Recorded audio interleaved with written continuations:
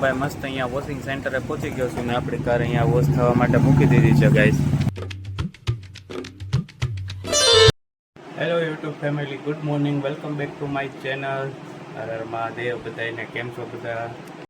તો ગાઈસ અત્યારે સવારના વાગી રહ્યા છે 11:30 અને હું આજના વ્લોગની શરૂઆત કરું છું. અત્યારનો સીન એવો છે ગાઈસ કે આપણે કાર વોશ કરવા માટે જવાનું છે, કાલે તહેવાર છે. તો અત્યારે હું નાહી ધોઈને એકદમ મસ્ત ફર્સ્ટ ક્લાસ રેડી થઈ ગયો છું. ઘરે બધા શું કરે ચલો જોઈએ. હા, કંઈક શાક સુધારે છે, દીદી લોટ બાંધે છે, ધ્રુમિલ લેસન કરે છે ગાઈસ. તો ગાઈસ બહાર જવા માટે રેડી થઈ ગયો છું મસ્ત. ચલો આપણે ચપ્પલ પહેરી લેવી. આપણા ચપ્પલ સૌથી નીચે જ નાખી દીધા હવે આ લોકોએ. જો ગાઈસ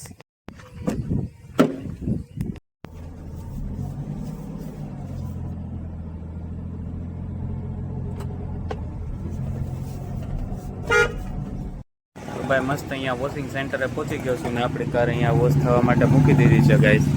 હવે ઘડીક હું કાલનો બ્લોગ એડિટ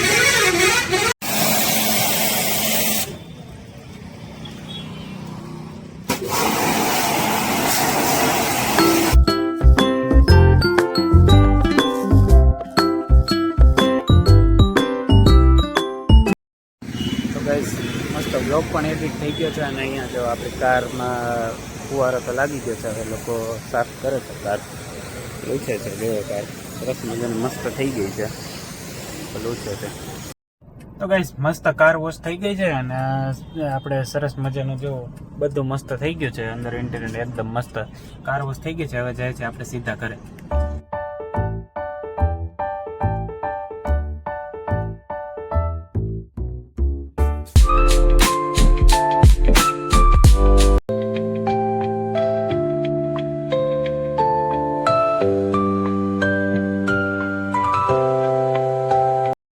ગાઈસ કાલે નેહાના કપડાં સિલાઈમાં આપ્યા હતા, એ કપડાં લેવા માટે આવ્યો છું અને એ કપડાં ફાઇનલી ફિટિંગ થઈ ગયા છે. હવે સીધા ઘરે જઈ અને ભૂખ લાગી છે તો સીધા ફરાળ જ કરશું આપણે. તો ગાઈસ ઘરે આવી ગયો છું અને ફરાળ કરવાનો ટાઈમ થઈ ગયો છે. આજે ચલો ફરાળ કરવા બેસી જાય. આજે છે સાંભારની ખીચડી, છાશ, સરસ મજાના ભૂંગળા.